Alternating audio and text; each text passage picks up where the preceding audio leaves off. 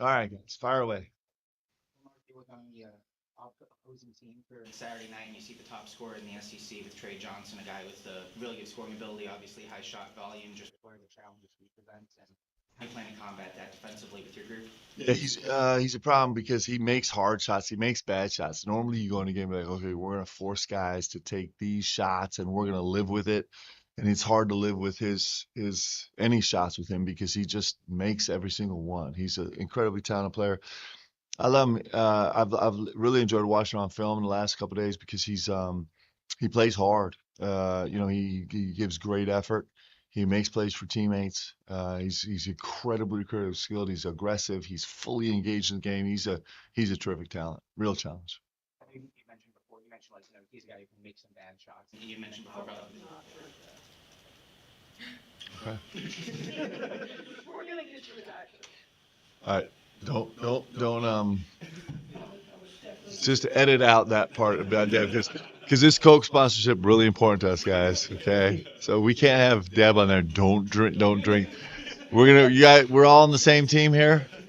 Okay, we love Coke. Okay, there we go. Is there expiration date? Does Coke products have expiration date? Well, it just loses the carbonation. Like you can still taste it, just it doesn't fit. You sound very experienced at this. Joe Justice too. I love Diet Coke so much it can't last in my fridge for more than a day or two, so I don't know anything about losing carbonation. How about that for a good save? Yeah? Okay, here we go. You said Trey's a guy who can make some bad shots. You spoke before about the numbers maybe punching you guys in the face a little bit in terms of if you're forcing guys to range or a low percentage shot and they make it. So, like, I guess, how do you deal with that? Is there any way to force him into a shot or an area that you'd rather him take if he is such a skilled shot maker? Yeah, his numbers are interesting because the spot up he's like a .83, which is super pedestrian. He gets himself in trouble there, which is so counterintuitive. And his ball screen ball handler is a 1.041, which is like that's in the top. I think it's the 91st percentile. It's really really incredible, especially with his volume. So you kind of lean into those a little bit, but with him, you're going to be surprised by absolutely zero times when he makes really tough shots. And so you go in knowing that, and you just try and exert the most pressure you can, and bring second defenders as much as you can. It's hard to do because they have so many other talented guys on the roster, but it's an issue. It's one of those things where you kind of walk into the game and you're like, well, we think these are 2 or 3 best case scenarios that could work out, and then you hope for the best. Coach, I'm sure you already know, but I think Jasper would be a pretty good someone to ask about Trey since they played on the same team last year. But aside from Trey Johnson, what else does Texas do offensively or defensively that could cause you guys some trouble? Well, they're really efficient. I mean, a couple of things. One, they're a really, really well-rounded team. So I think they're 30 offensively and 40 defensively. Like they're really solid. They're very even that way. They're over a 1 point per possession as a team on the offensive end. They're really efficient. They have 4 or 5 guys that are over a 1 point per possession. They have, they have complementary pieces that they put together really well. Number 5, their starting center is a real short roll threat, a real threat around the rim. He'll make a shot from time to time. Number 6, transfer from Kansas State, is just a terrific talent, and he's an incredibly skilled and physical and versatile 4-man that can hurt you in a lot of different ways. Their starting 3 is incredible, physical, hungry scorer. And their point guard is a 1.4 points per possession plus assist guys in the 97th percentile. So they're really well constructed. They pose a lot of problems together. They function well together. Is there anything you can take? I know different teams, but played them last year. Yeah. Take from that game, how you guys shot so well in that game? Well, it's it's.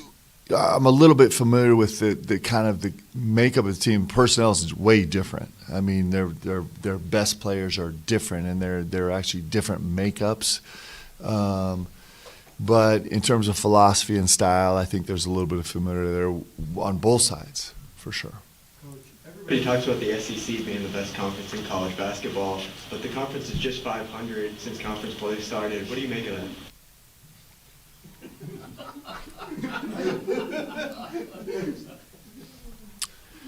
I think it's been a really disappointing start to conference play.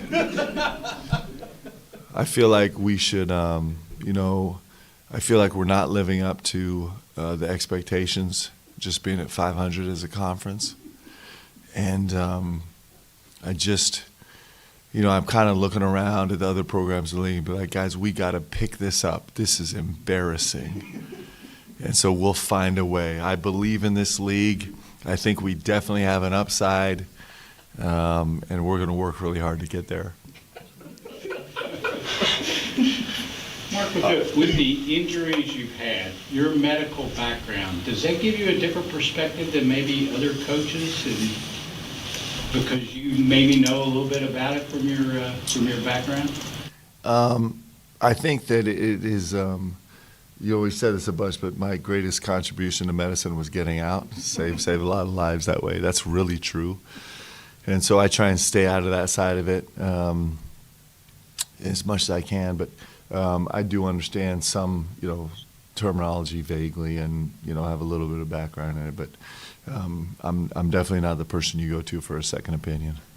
Mark, is there anything you can tell us on Lamont's status and maybe how he felt maybe the next day coming out of that game, and if he could possibly play Saturday? Yeah, it was not great, and so we're still kind of going day by day. We're trying some different treatments, and we're going to piece it together.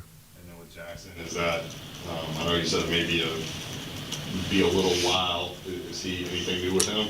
Yeah, we'd actually did a third opinion for him yesterday. He's meeting with the best people in the world, as well as Lamont also is. And there's just, we're kind of in the taking in information, trying to figure out course of action, decisions to be made. And so they're both pretty complicated situations, timing-wise and recovery-wise. And there's also a little bit of a guessing part. In terms of just the best medical treatment at the best time. They're both pretty serious injuries, and the guys are desperate to play, and they're desperate to get healthy, and they're short-term and long-term, and kind of balancing all those out with the calendar, not just for the season, but for the summer and for next year, is just all trying to fit all those pieces together, and then kind of see day by day what kind of returns they're getting from new medical treatments. It's that's kind of where we are right now. I know that's super vague, but that's I think we could potentially find some clarity on both those guys in the next couple of weeks. We'll see. I know it's always difficult as a coach to see any player go through an injury, but is it even more so when they are fifth-year guys and going into their last year of college basketball and only have a month or two left? Yeah, I think it's devastating. Actually, I'm so sad for them. Right, I'm sad for me. I'm sad for our team, but I'm sad for the guys. It's just,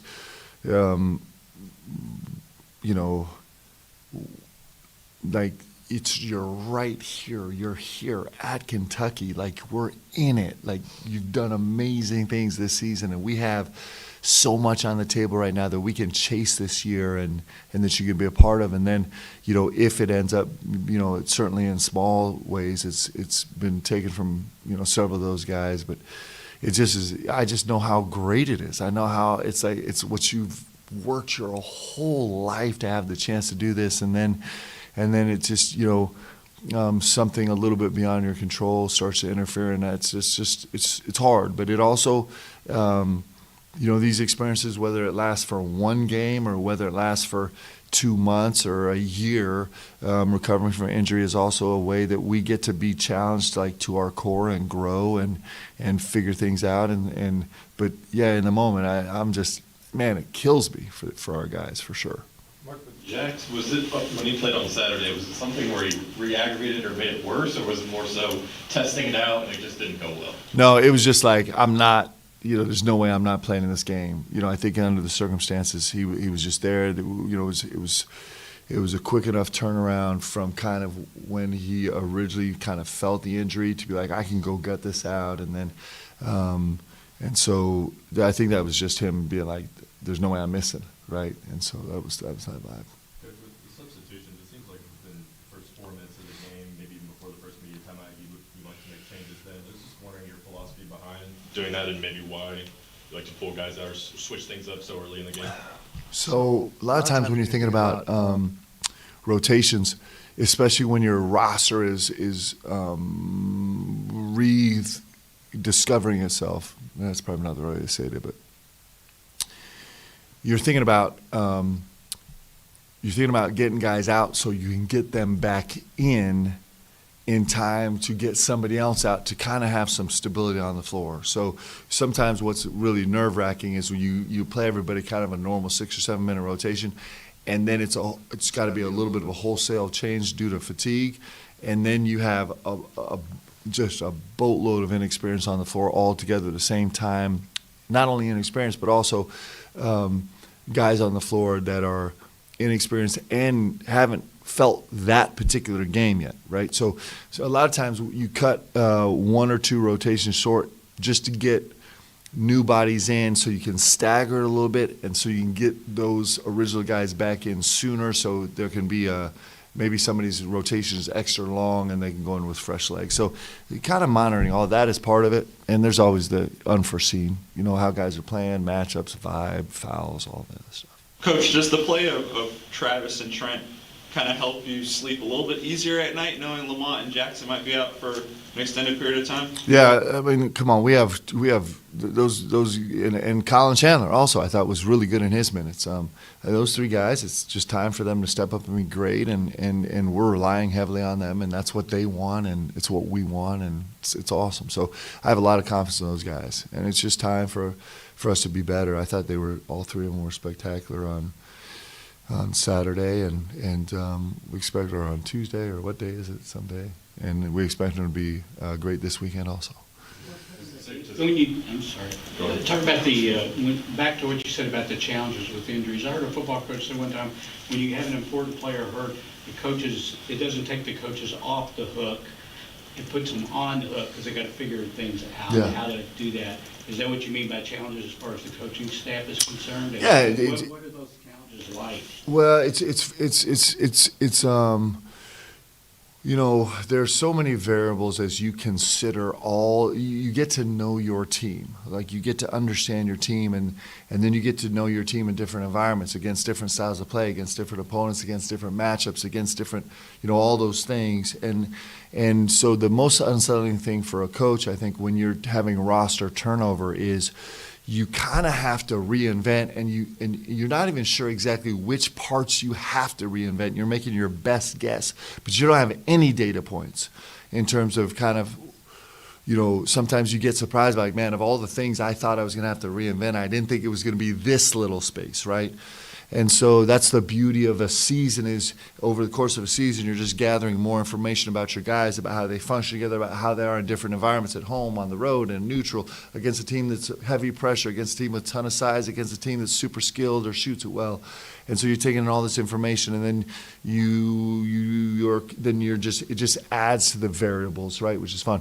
Also, it's getting new guys in new situations. So one of the things that's really challenged us is even though it's maybe been only one position, the loss of one position has made everybody play a different position than what you originally had, kind of where you're first doing data collection. And it makes it fun, and you have a chance and a necessity to be super creative, and also discovering the guys that have growing responsibilities, kind of helping them through the process of the new responsibilities that they're going to carry. And we spent a lot of time today whittling down our playbook, reevaluating, for example, how we can enter offense different ways where we're not demanding too much new information. We're not, our guys are not having to think too much on the court, because that's never great for the way we play, but also where they can be successful in a really limited kind of game plan, play call sheet. And all it's part of the game. It's not an anomaly. It's part of what you go through every single season. And it's intellectually challenging and stimulating, and it's emotionally taxing and fantastic. Right? It's great. It's good stuff. With Ansley, Who first told you about him, I guess, when he was in the portal? Maybe you should keep an eye or look at this guy. And then what were some of like the maybe data points or film room bits that you saw where you're like, okay, this can translate to this level? Yeah, I'm trying to remember the first time it was here. I didn't know Ansley at all before I was here at Kentucky, and I believe it might have been Matt Santoro. You know, we have a bunch of different prongs of our kind of portal attack, and one of them is kind of the money ball space of how we run with guys in the portal. So, of course, there's all the guys we know that are super public-facing, high-ranked portal guys. And so there's a bunch of different areas in that space where we kind of attack the portal. But the money ball part of it is really interesting, too, where we kind of start, you have your Excel spreadsheet with all of the columns of data, and we start to say, okay, let's forget the algorithm that puts all that data together and then ranks players, and let's just only go to like these 3 data points and throw out all the other data and see like who raises to the top of the list if we do that. I remember, I think it was Matt. It might have been Cody. It might have been, but I think was one of those guys. I think was like, because we're asking all the time, okay, who's our money ball guys? Like, who are money ball guys? And then you sit down and you kind of jump on the film and kind of see and start to evaluate just box scores and everything else. And his name came up pretty prominently on a list of guys who were like, what do you think? Is there any way? And then we started to watch film, and I can remember watching early clips on him and feeling like, oh, he had a real he had like a creative vibe. He was a good scorer, and he had a creative vibe as a cutter. He had a real sense about kind of finding open space, and clearly we're attracted to his ability to shoot the ball. And then you hear that, he beat Purdue in the first round, and so there's that little component, like, man, he's played in big games and all that stuff kind of coming together. But I think I don't know if that's exactly factually correct, but to my memory, that's pretty close to how it went. Marcus, not just getting Lamont back, what's kind of been the key to the turnaround on defense, and how do you guys kind of carry that intensity on the road where the crowd won't be behind you like they've been here the last couple of games? Yeah, it's so I might have these numbers a little bit off, but 4 games ago we had we